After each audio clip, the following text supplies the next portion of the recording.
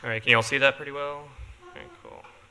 Thank you, Matt, for inviting me out tonight. It's my first time coming to NYC Node. I'm usually part of another JavaScript community. There's so much going on in the city, it's hard to keep up sometimes. So thank you for inviting me out. I hope you all enjoy this. Unfortunately, I will not be teaching robots to love tonight. It'll be a little something different. What we are learning. We're going to learn a little bit about my journey to Tessel, ideally what it is as well, beyond that. What's empathy got to do with it overall? And then where do we go from there? And we'll just kind of take this journey together. So my journey, quickly. Who am I? If you've ever seen this little avatar around the web, that's me, hipster brown. The mustache kind of gives it away a little bit. Empathetic community member is kind of what I try to go for and strive for in my involvement. I'm a member of the Tessel steering committee, and I'll go into what that involves a little bit later. I'm a contributor to the Hoodie project, which is my first foray into like major open source contributions and maintenance. I'm a co-organizer of Manhattan.js, a member of the Nodejs community, and we're on the second Wednesday of every month. And I'm also a front-end developer at a company called Namely. Almost a year now ago, I had been seeing all these amazing projects from people in the community, including a friend of mine, Suze Hinton, who's here tonight, which I'm really glad she's here, so I can embarrass her a little bit. And then also this great project called Subnodes that I'd seen presented at Brooklyn.js, and all these great uses of hardware and connectivity together with JavaScript and Node. I had always wanted to do something with that, but didn't have an idea until later on. Just kind of brainstorming, and eventually came up with this idea. And I really wanted to build it, but I didn't really know where to start. But we're going to have a quick poll real quick before I continue. Who's had any hardware experience in here? Raise your hands. Cool, okay. Arduino? Raise your hands. Cool. Raspberry Pi? All right. Nodebots? All right, a little bit less. Any other besides that? All right. So we see it's not everyone's got into hardware, and maybe we can find out why a bit more tonight. But when you look out there for all these different options, it's like, these days, it's like being a kid in a candy store, or me in a candy store sometimes. And it's hard to choose. There's just so many things out there, so how do we whittle it down?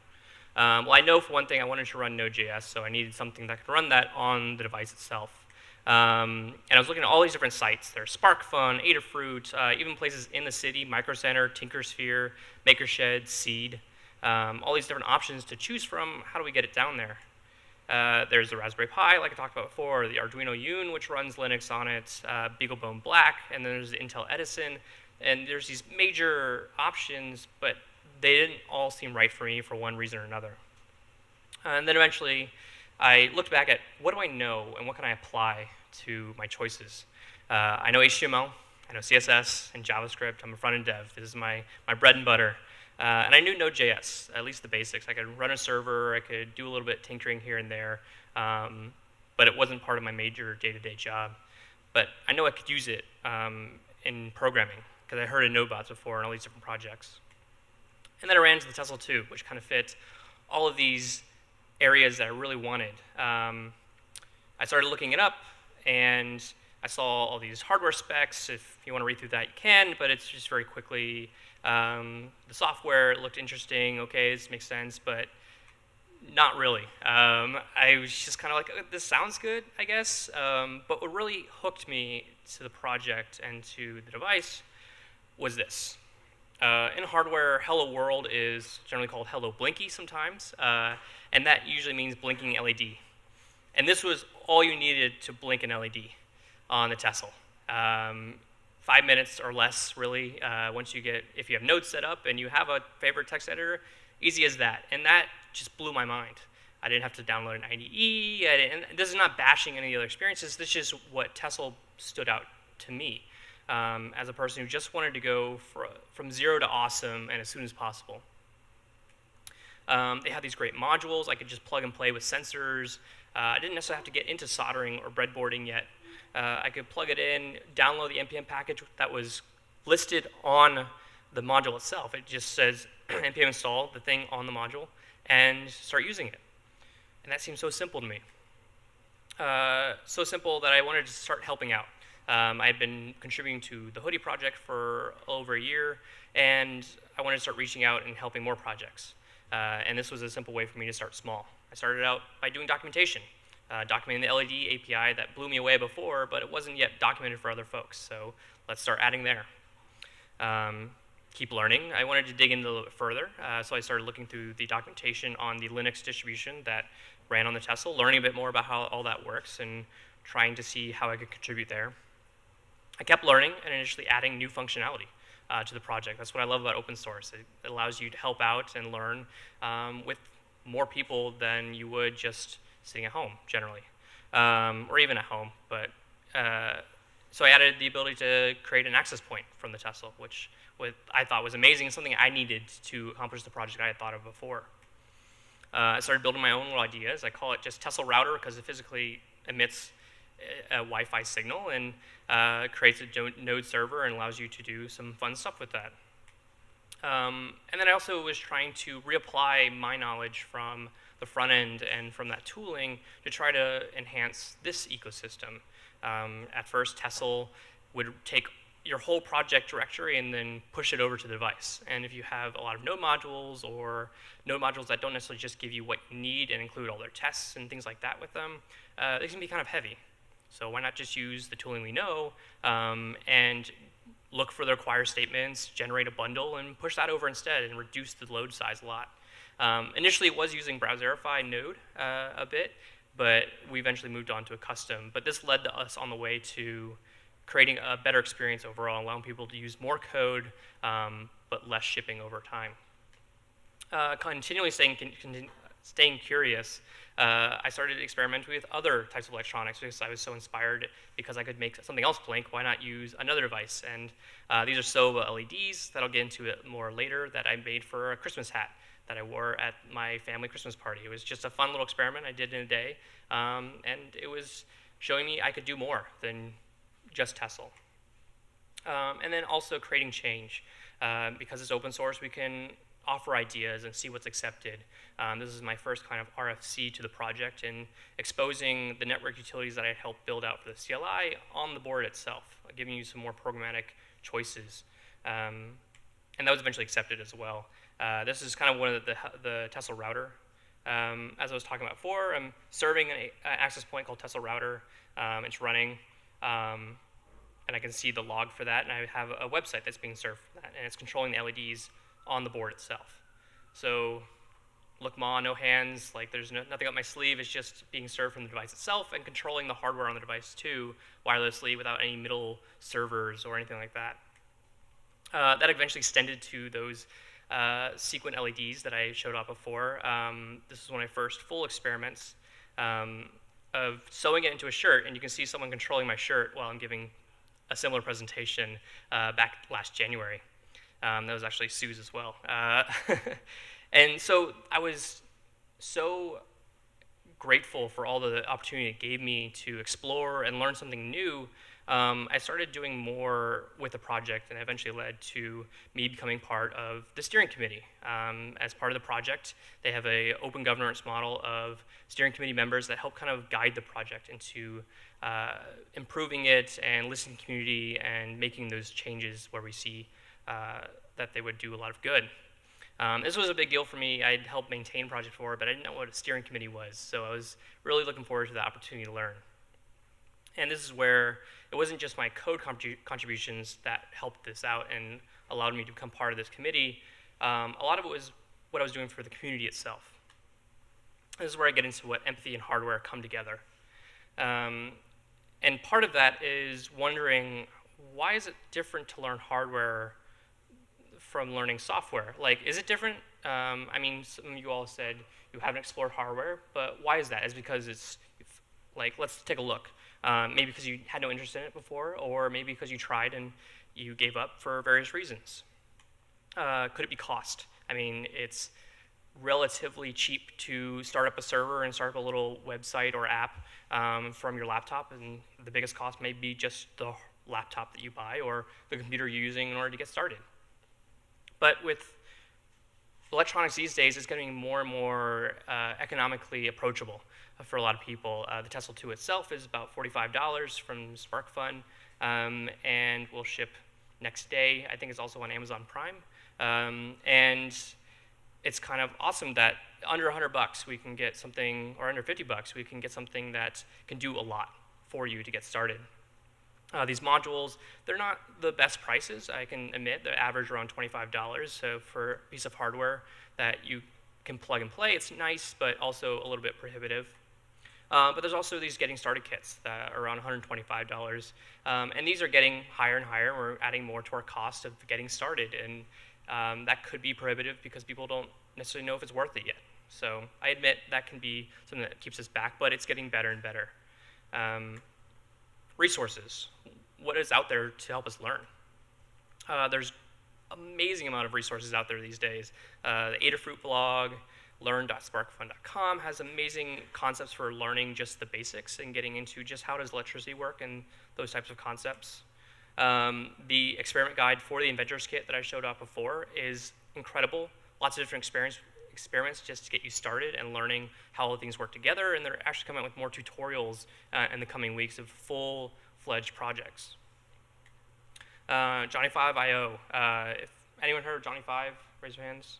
Cool. For those that don't know, it's kind of like jQuery for hardware.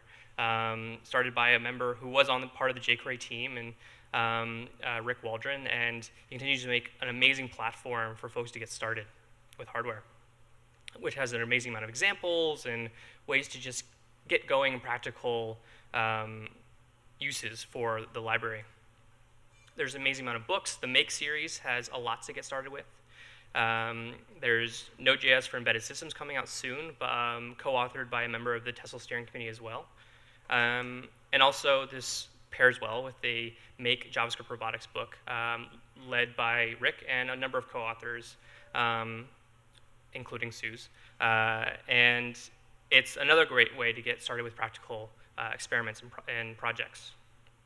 So there's a lot there. So in this, I'm not even talking about all the different videos and other resources online. The experience, what's it like getting started with this type of stuff? That can get a little shaky, but I showed off Hello Tessel. It can get very simple that way and more approachable. I sent my brother the Johnny5 Inventors Kit, got him started with that in an hour and a half. Is his Hello Blinky. He does not know what a file system, or did not know what a file system was, or the difference between a folder and a directory. Hint, there's not much. And so getting him started, the biggest barriers was him learning those basics that we all take for granted. But the fact that he got his stuff working, installing Node, getting a text editor in an hour and a half just kind of shows how incredible the platform can be. Not even just for Tessel, but even Arduino IDE, downloading it and getting it running doesn't have to be that much of a hassle. So the experience is getting better. We're getting a bit nicer with how tooling works. And now let's get to the community. So Tessel's mission statement is to create a fully open source hardware and software platform that makes it easy and intuitive to develop internet-connected devices. Decisions are steered by open governance, an inclusive community, and the goal of creating freely licensed designs and tools. And the core philosophies overall. Developer experience is paramount. Device design should focus on user experience. Openness provokes innovation. Tessel should be practical to use, and above all, community matters. There's an amazing amount of resources locally as well. Nodebots NYC is a local meetup for bringing in your projects and learning a bit more. NYC Resistor is a makerspace, and there's a number of makerspaces across the world that are great for learning more from professionals. You can bring in a project or just learn from others there. NYC Resistor is another local one. The World Maker Faire is pretty incredible. There's maker fairs across the world as well, and then the World Maker Faire is coming up in October that people can come and just share what they're making at home. These aren't professionals usually. They're people who are tinkering and want to share with other people and hopefully let others learn from them. But sometimes you can learn that not all communities are very welcoming. and they have some of the dinosaurs that are left over, the old guard, as it's called sometimes. I'm going to keep calling her out because she does such amazing stuff, but Suze Hinton has this great talk from JSConf EU of last year called Refactoring the Dinosaur, and how she started pushing back against some of these legacy or tried and true tools that were not necessarily great in the modern day, that were not have a great user experience, did not have this great amount of approachability. So I would definitely go and watch that. It's amazing. And I've heard some feedback on some of the stuff we're doing at Tessel. I don't think running JavaScript in production could ever justify itself due to the costs and inefficiencies. Okay. I can't see how production device running JavaScript, oh, I repeated that one, excuse me. Like, why not go Raspberry Pi or chip if you're going to run Linux anyway? Because they're cheaper. Tessel is trying to be everything to everybody. And that made me think a bit more, why not? Why can't we do that? And I think we can do better. Why can't we go from prototype to production? Why can't we get people started wading in kind of that pool, that little shallow end of just getting started and learning, and then let them start guiding themselves, giving them a path to empower them to the deep end and deep dive into the different knowledges that they want to learn in different subjects. Why can't we do that? Don't let your dreams be dreams. I will take this for you. And this is where we get into practicing empathy as an open source hardware project or as a community in general. Teaching. I like to teach workshops because they let me interact with people who have never done this before, generally, and let me learn how they learn. Because sometimes they have a different point of view that helps me grasp it a little bit better than I had it before. It forces me to dig in and explain why exactly does the electricity go that way rather than this way, or how does this component actually work underneath it all when I'm trying to teach it. Tooling. When we create tooling to make this as simple as possible, our CLI, the different APIs we provide, even all the modules, they can make a difference in how people really understand what we're doing.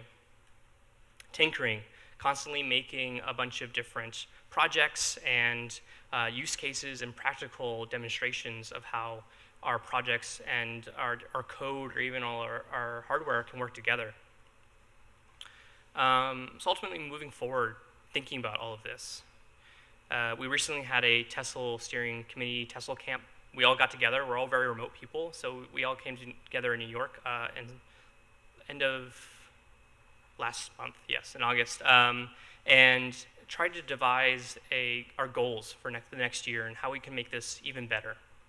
And those goals are to grow the community, to increase contributions, and encourage both inclusion and accessibility to newcomers. This has always been paramount for us. Support and grow the number of production deployments of Tessels in the field. It's that whole trying to be the best of both worlds. And I think we really can, because we have seen Tessel being used in production, in factories, and people using them to automate their homes. But we've also seen more and more people get started with Tessel completely from scratch. And part of this was organizing working groups. I don't know if you all have seen some of the working groups around the Node.js, open governance, or even just other projects. We have a learning working group. We want to be able to, which has several goals, Gesundheit. We want to upgrade our documentation to be a little clearer and more approachable overall. It definitely could use a lot of work. Create a guide for production scale deployment. We want to get people there. We want to show them this is how you go from making LED blink to making it blink inside something you sell. Showcase examples of Tessel 2 in production, getting those people who have done it and letting them speak or write or present it elsewhere. Also guts. This is one of my favorite ideas that came from the Tessel Camp, was great uses of Tessel in stuff. This could be a blog post series or videos of just how do we take apart an air conditioner, stick a Tessel in and make it smart, quote unquote. And how do we start using it with our everyday appliances and seeing how does Tessel work in, or even hardware work into our everyday lives. Website working group. This is one thing I really care about and something I'm helping kind of lead. Promote the Tessel project. Right now, Tessel.io promotes selling Tessel. And people will come to us thinking that we're a company that are selling a product and we should give them company level support. And we have to tell them, no. We are a group of volunteers who do this in our free time and will help you as best as we can when we can.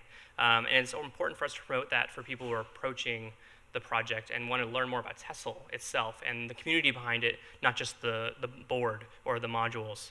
And of course, we want to make sure people can still buy the board if they want to, but also show exactly what they're getting into when they buy a Tessel 2. Simplify the architecture, because it's part of that is enhancing performance and accessibility. It's a very kind of complex Node.js rendered site, which is a lot of fun to work with, and it has some cool bells and whistles, but it ultimately hinders how people approach contributing to the website and then deploying it too.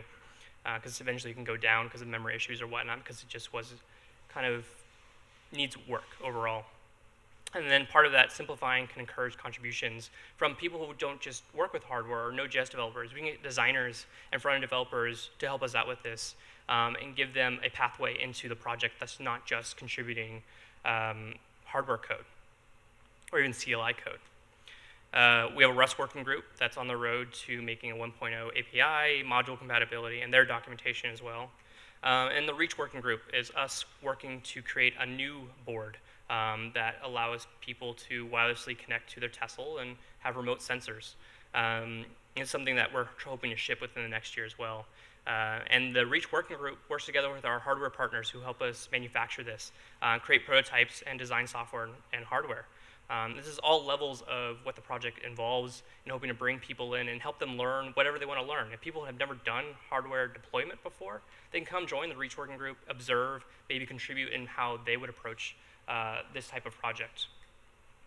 And so you all were so nice for listening to me talk about Tessel, and I wanted to show you all a quick demo I put together sort of last night / this morning, and it's a Tessel-controlled remote car. So this is the entire thing. I got the chassis from Tinkersphere.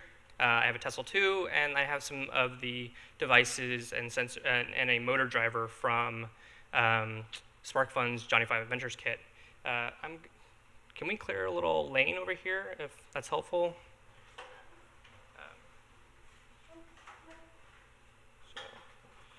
I'll control it from the computer. So let's see. So I'm already connected to, you can see, I have Tessel to go as it's serving from the device itself. J5.local is me. The Tessel itself I've named J5. This is accessing the local running server. And we have a little directions. Hold on.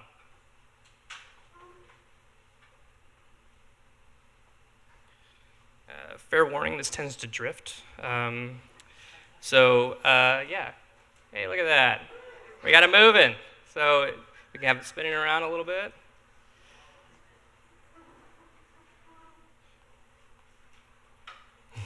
And so the battery's kind of weighing it down a bit. That was the hardest part for me, actually, last night, was strapping a battery to this thing.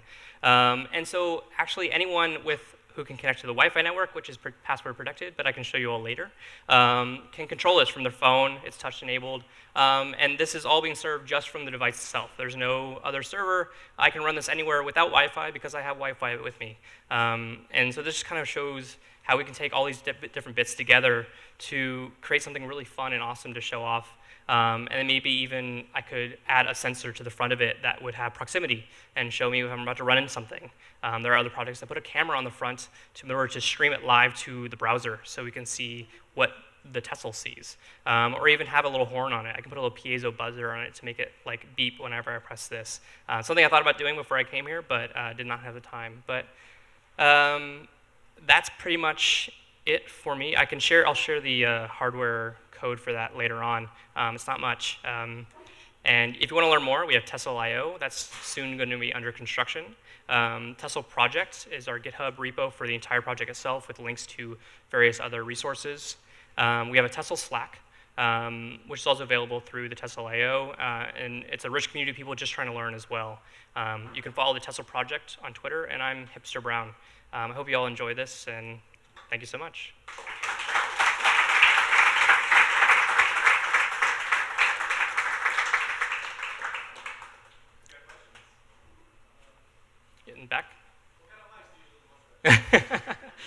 It's called, actually, I'll show you all right now. I carry it with me always. It's called Bounder. It's from the UK. Yeah, I order it every couple of months or so, and I always have fresh supply with me. So, yes. Yeah. Excuse me?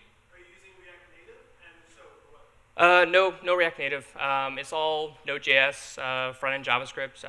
On the device, for the actual demo, that's socket.io running on, and it's just serving website. I'm communicating via WebSockets, and whenever I press a button, it sends an event over to Tessel and saying, all right, turn on the motor, or turn on this motor, turn on this one, turn this wheel, turn that wheel.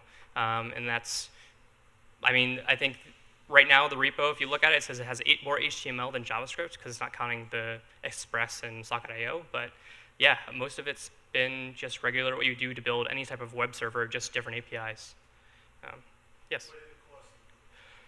Let's see. So Tessel itself, which is reusable, so it's not necessarily a sunk cost, is $45.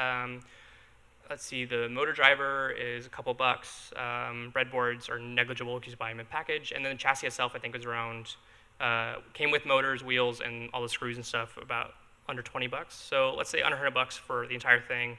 And most of that stuff is reusable. I can apply it to something else. And the great thing about Tessel is I can ship new code over to it wirelessly or grab a new fresh Tessel, push a new device. I don't have any sort of configuration, just T2 run or T2 push my app code over to the device, and it's running the same program, which makes it more approachable for people who just want to try it out. They can put together the kit, not have to worry about the code, and just try it out right away, from zero to awesome as quick as possible. Yeah. Yeah.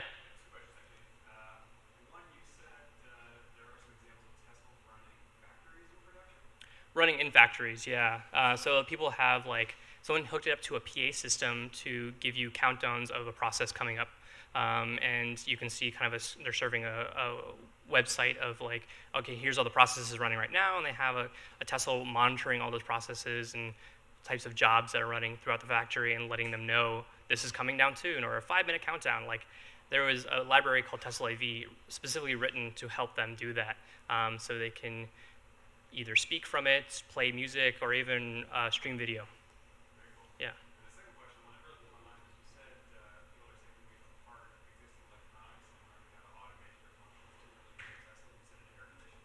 That was one of the examples we want to kind of explore, because when you break down the fundamentals, and it's something I've been slowly getting to more and more, and I will release kind of a gist later on of what I've been doing to explore that even further past Tessel and down to the bits and bytes and electrons.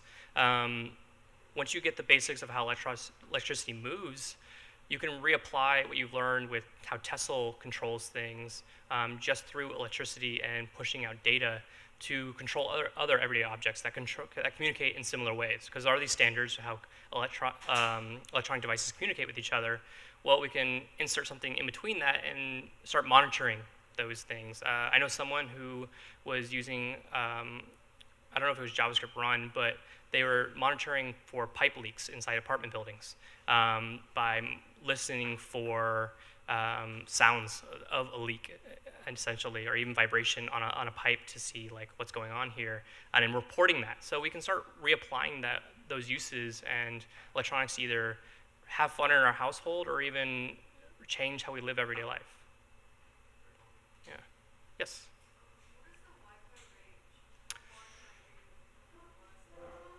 I have not tested the actual limits of that. It works mostly in my New York apartment, which doesn't say much. But I imagine probably the length of everyone sitting here can probably connect to Tessel right now.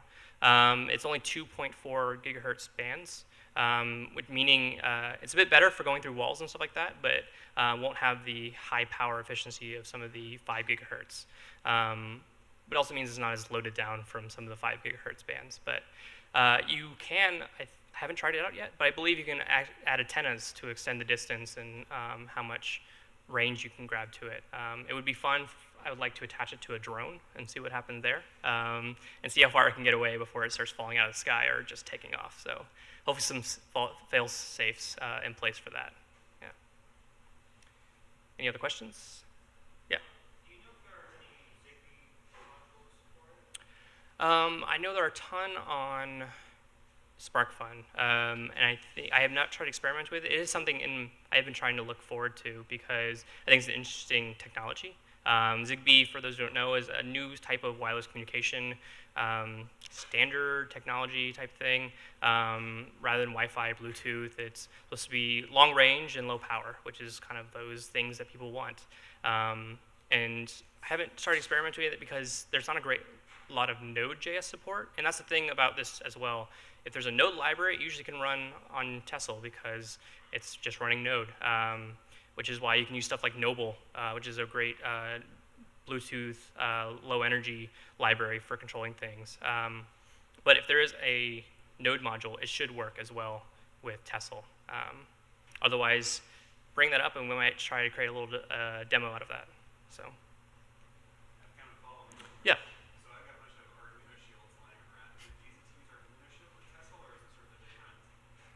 It's a bit different use case, but what's kind of great about Tessel running Linux on it, and you can use Johnny 5 on the device rather than communicating from your computer to the device. So typical Arduino Johnny 5 relationship is Johnny 5 runs on your computer, communicates over USB serial port to the Firmata firmware running on Arduino, and then relaying those instructions in real time to say, okay, you do this now you do this now, and getting feedback as well. I believe I had that correctly. Sorry, Suze.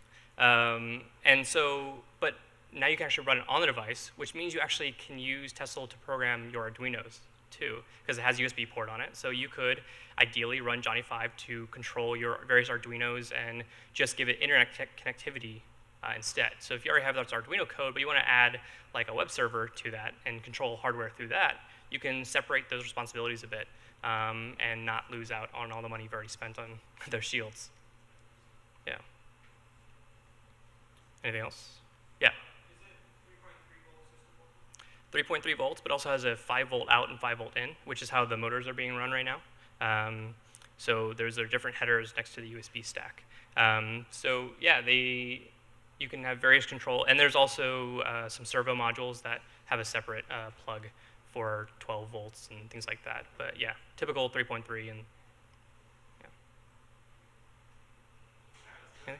Thanks so much.